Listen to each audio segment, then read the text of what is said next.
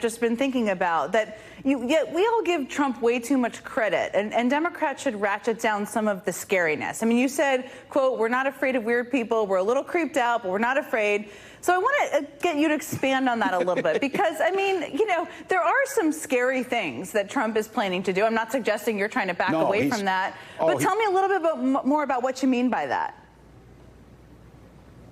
Yeah, he's terrifying. He is going to strip reproductive rights. He is going to weaponize the federal government. He is going to take power. He is going to put the world at risk by pulling it out of alliances. But I think when you have these big things, and I would argue it's with climate change and homelessness, if it's an aspirational or a big thing that becomes too scary, people don't know what they can personally do about it. And it gives him a power that he doesn't deserve. This guy's done nothing. He's accomplished nothing. He's never served in the military. He's never been successful at business. It's all, he comes out there and, says, oh, I send the National Guard. Everyone knows that wasn't true in Minneapolis.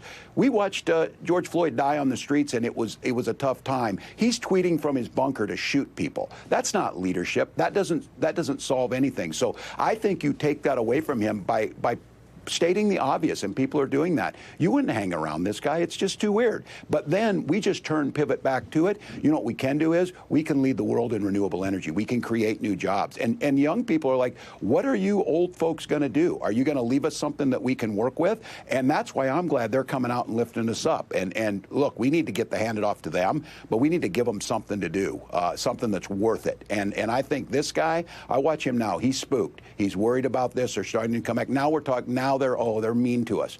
These Democrats are mean, because they're calling us weird. I think it was Hillary Clinton said, well, then stop being weird, and we won't call you that. That's the point here. Come up with some good ideas.